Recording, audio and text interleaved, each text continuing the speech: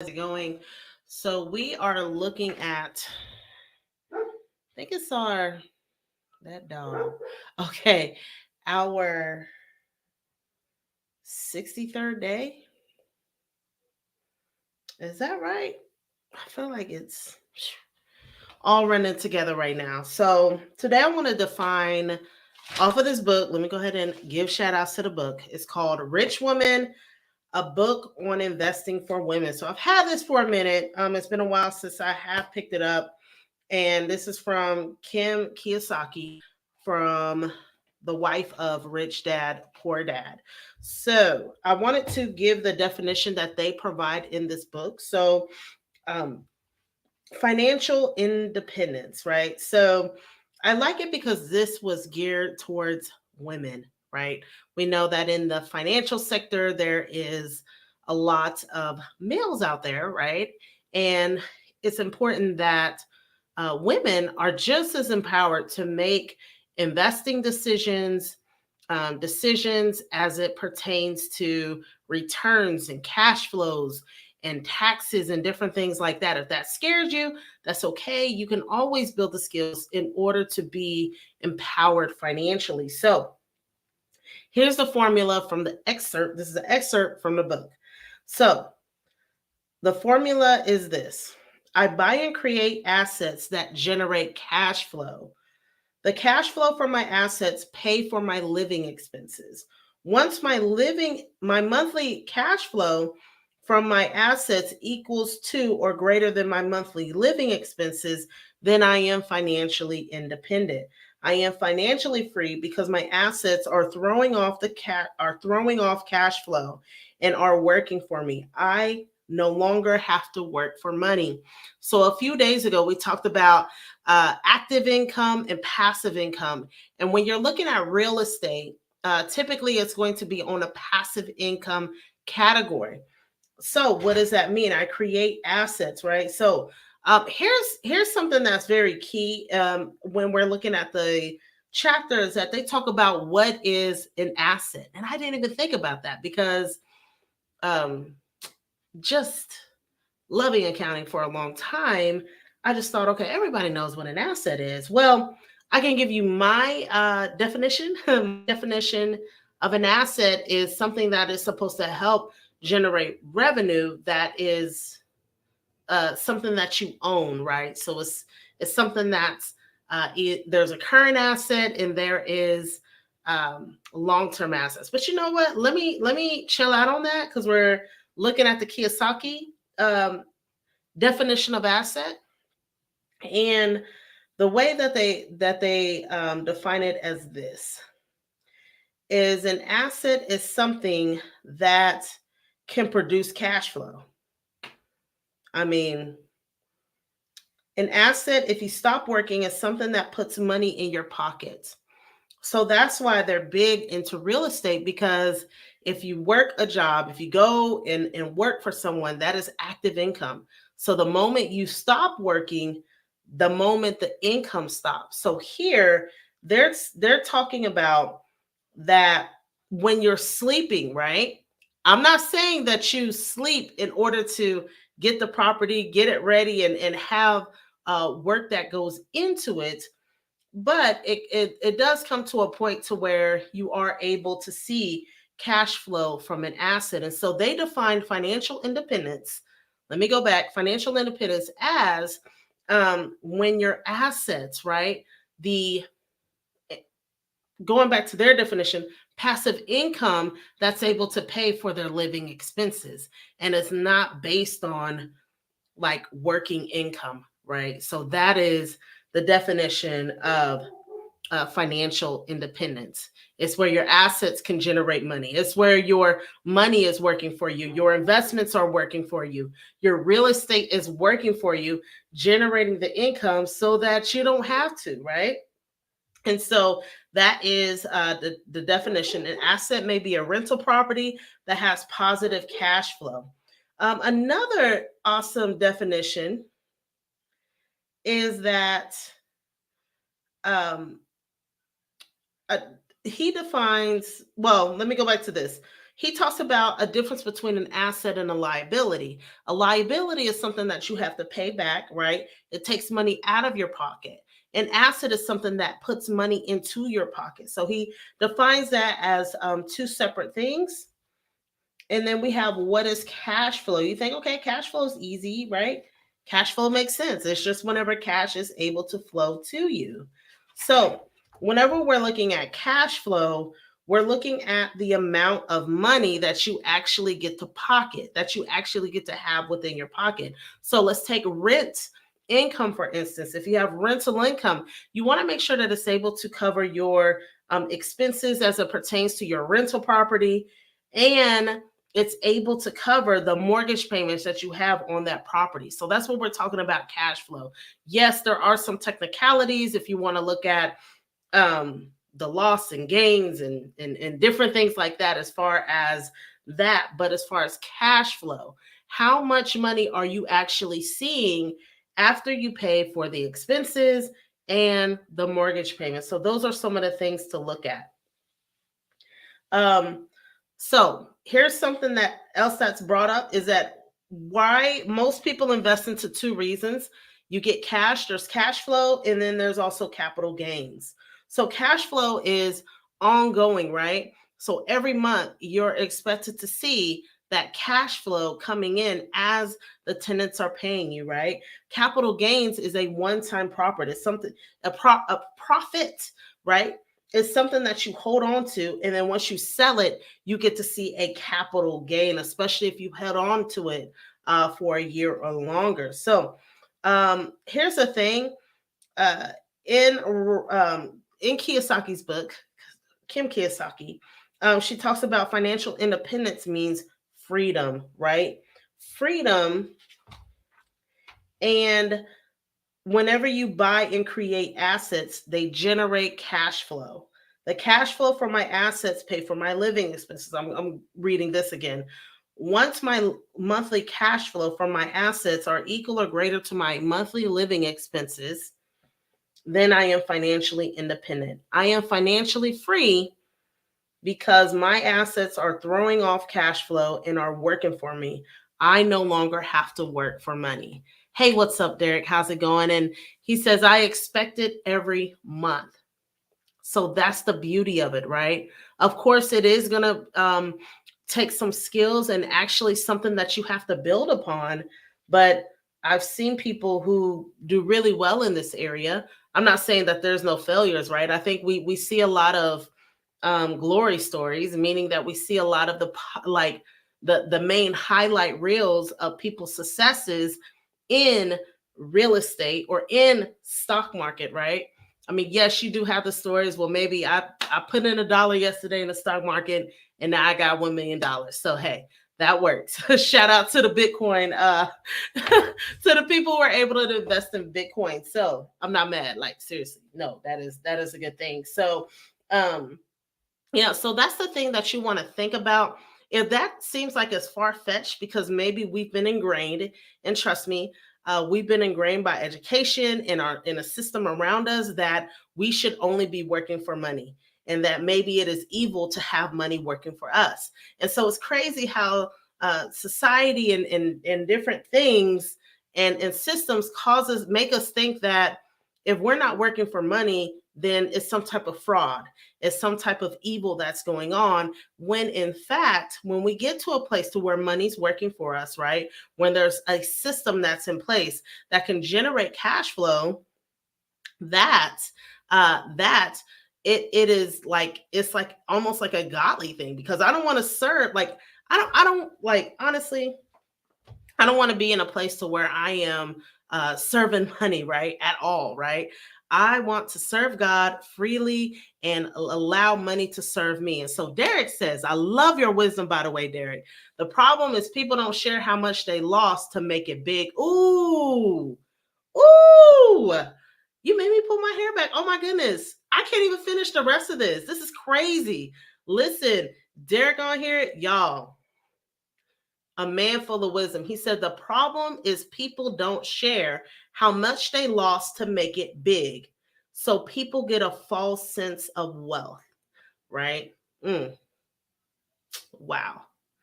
I have to kind of say law in that moment, because that statement,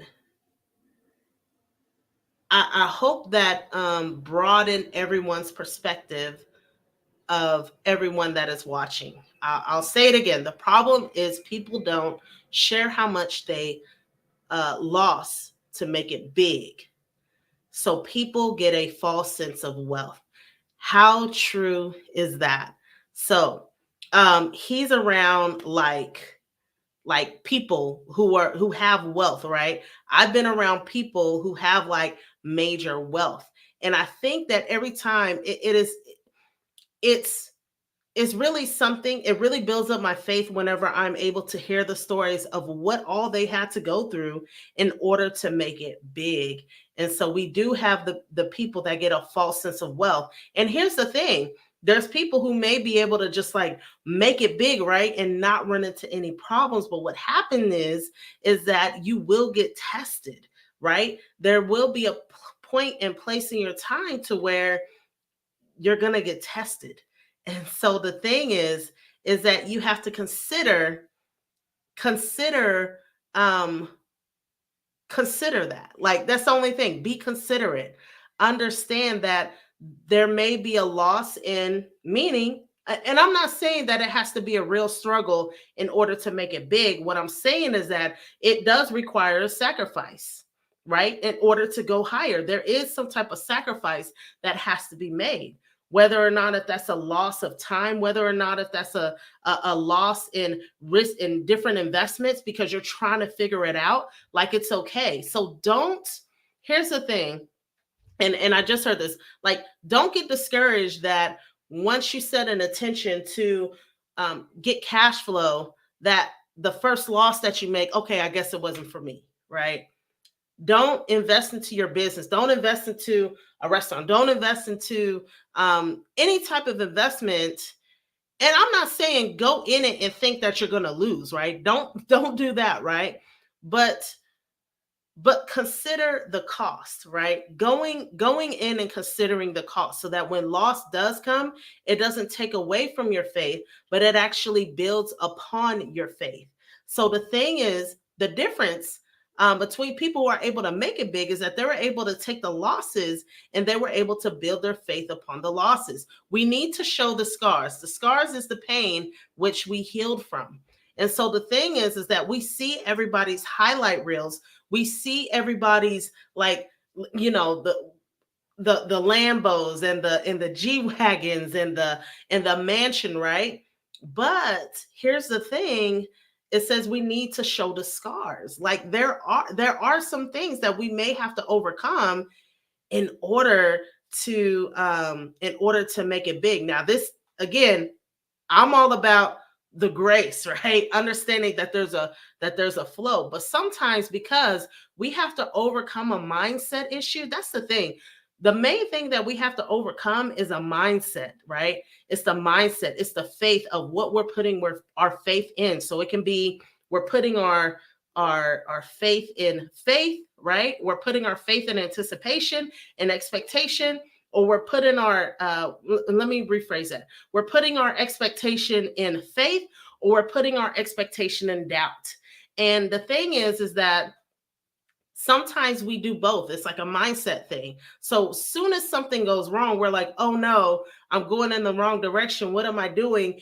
And we're met with so much maybe resistance, or we're met with scars, or we're met with things that of losses that we may have. But here's the thing: our mindset, keeping, I mean, the soul, like, keeping all that intact, right? Not even intact, but understanding that the scars, right? The scars do reveal that you have gone through something. Now, here's something that I will say: that everybody's scars is unique, right? That as somebody who invests into, like, there's people who, what do they say? They have 15 seconds of fame, or they became famous overnight, right?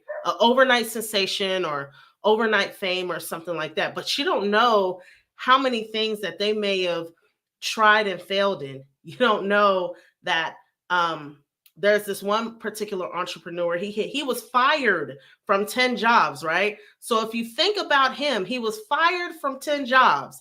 Now, if someone were to tell me, "Hey, I was fired from 10 jobs," like, how do you think I'm going to be as an entrepreneur? I'm not going to immediately say, "Man, you may be great," right?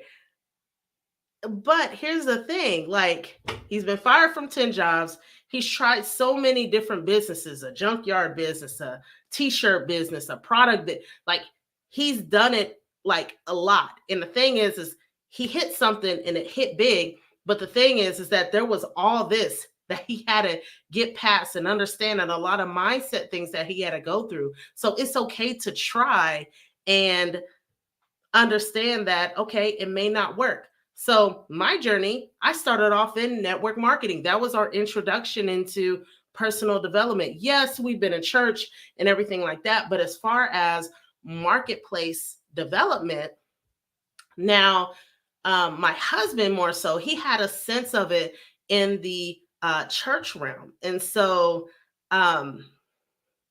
once we got introduced into network marketing, it was like a gateway to our business. It was like a gateway into launching into our business. And so I love what Derek says right here. We go back to what is familiar and comfortable. And so the thing is that it's easy to say, I've talked to people actually. Okay, I've tried that before, but I'm back doing what I'm doing because it is familiar and what's comfortable, right? I rather be comfortable with the what's minimum wage? The I don't know. I know this is not minimum wage, but like I'm comfortable with the $10 an hour that I'm getting because I know I'm going to get it as long as I put in the 80 hours every week plus overtime. I know I'm going to get this amount every 2 weeks. Yeah, 725. Thank you. So 725, right? And I know it's been going up and up, but like 725, and we're comfortable with that because we're used to seeing that paycheck. Like it's something that we're used to. But when God's calling us to how can I say, from a pond to maybe a lake, right? To maybe the ocean, right? He may be expanding you. He may be expanding your environment, right? So you're going from a pond to maybe a lake. Maybe you're going from a fish tank to a lake. However that goes, like, he may be taking you to want to expand you. And so Derek says $10, big baller in OKC. Right, right. Yeah. So my first paying job was $5.50 an hour. And then I think after 1 week, I was bumped up to $6, right? So yes. So I know for some people, I think my husband said his minimum wage, I think he made like, I want to yell at him, but ask him what it was, but $4 and something cents, right? So but the thing is, it's so easy to be comfortable. I'm not one of those people that's just like, hey, just jump right, quit your job right now, and God's gonna, make it rain, right? So, but the thing is that, but start in that direction. Jim Rohn says, if you find out you've been going in the wrong direction, right? Start making heading in the right direction. You may not make it over to the destination overnight, but you'll be starting in the right direction overnight, right? At least you'll be heading to the right direction. And so if I know if I was supposed to go to this island, but I made it over here, or if I'm halfway here, I have to like make the turn and start going towards that destination that I want to end up on. I just got over religious teaching that was my biggest challenge. Now I'm starting to understand God wants us to have money. And I know. And I feel like, Derek, that we're like in this, I feel like it's kind of like, I don't want to call it like a secret society. That sounds like uber, like sus, right? But I think that there's the religious teaching over over money and substance or having is like, it's just almost like a taboo, right, to talk about. And people who believe in believing in the God of abundance and prosperity and different things like that, people, whenever they look through their religious lenses, they're just seeing the material things. They're only seeing that, right? They're only thinking, okay, that's all what you expect God to be, right? And no, that's not the case, right? That's not the case at all, because um, faith plays a big role in understanding who God is. Like it just goes into the thing about what can I say about how faith plays a role into that.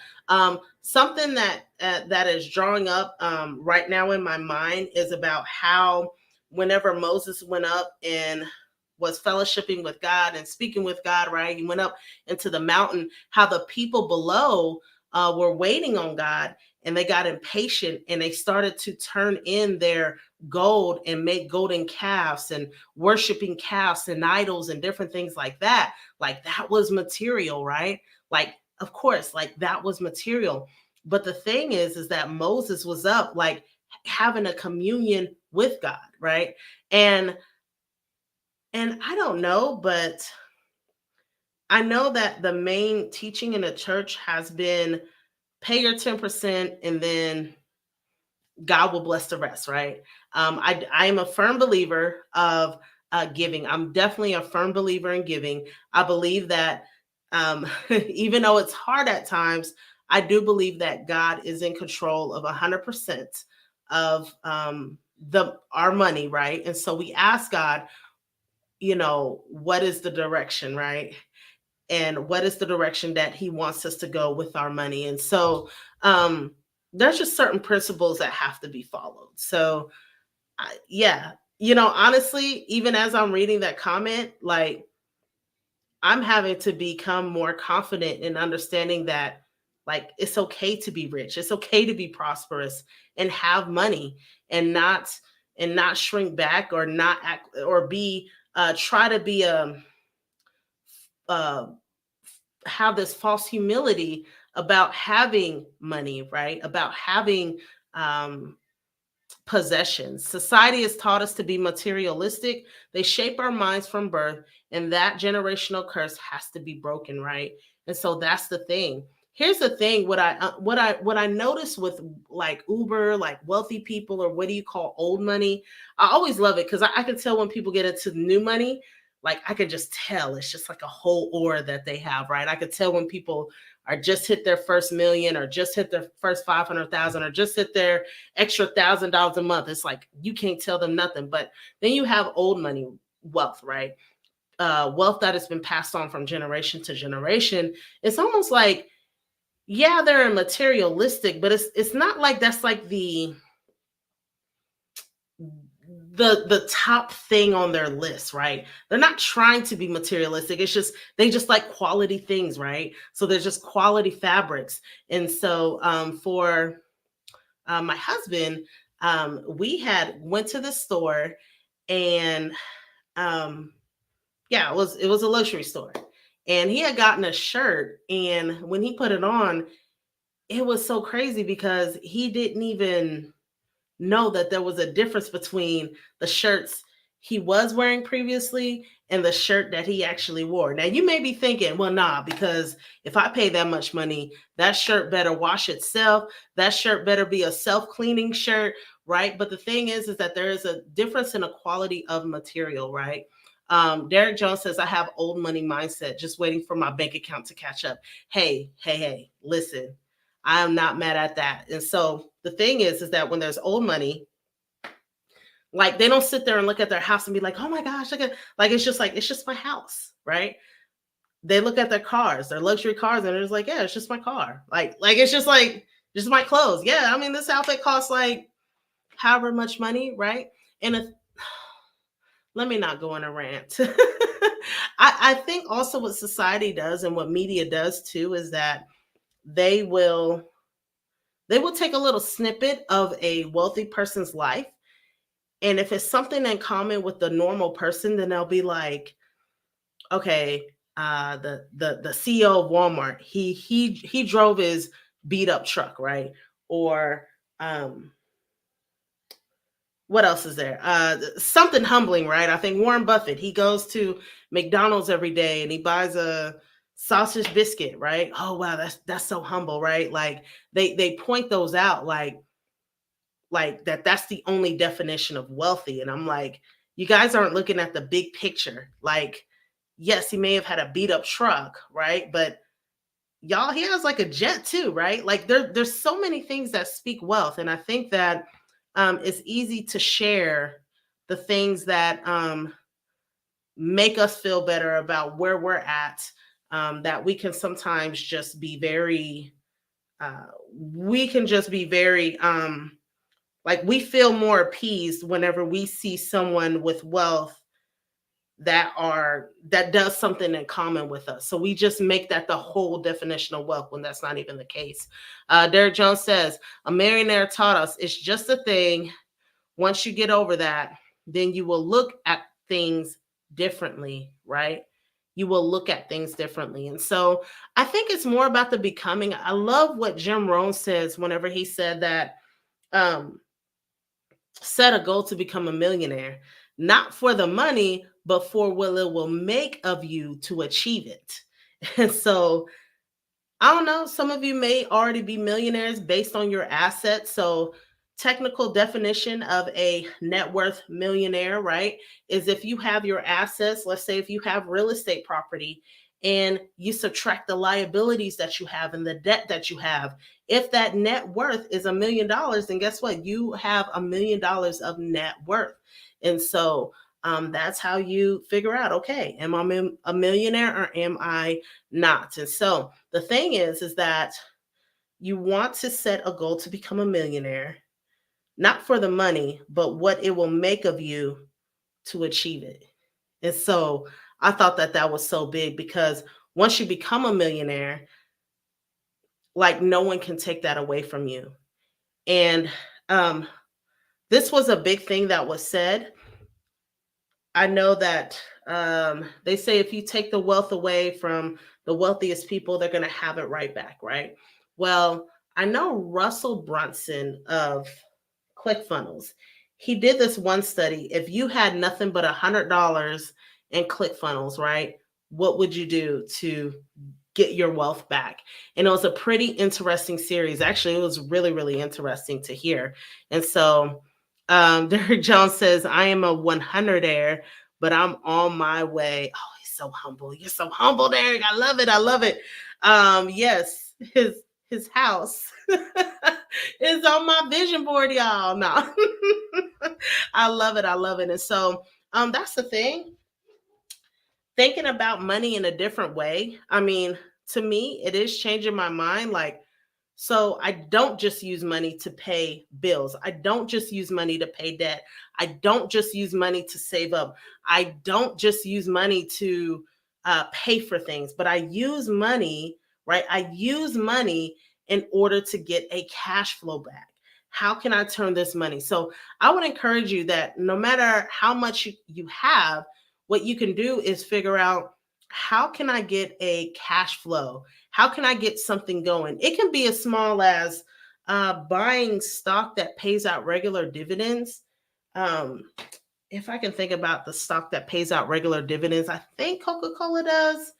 I know locally, Oklahoma people, OG&E pays a dividend regularly, and that feels good. I ain't gonna lie. Like you'd be like, oh yes, even though it's a really small amount, you'll see how that can do something different for your system. Here's something else too.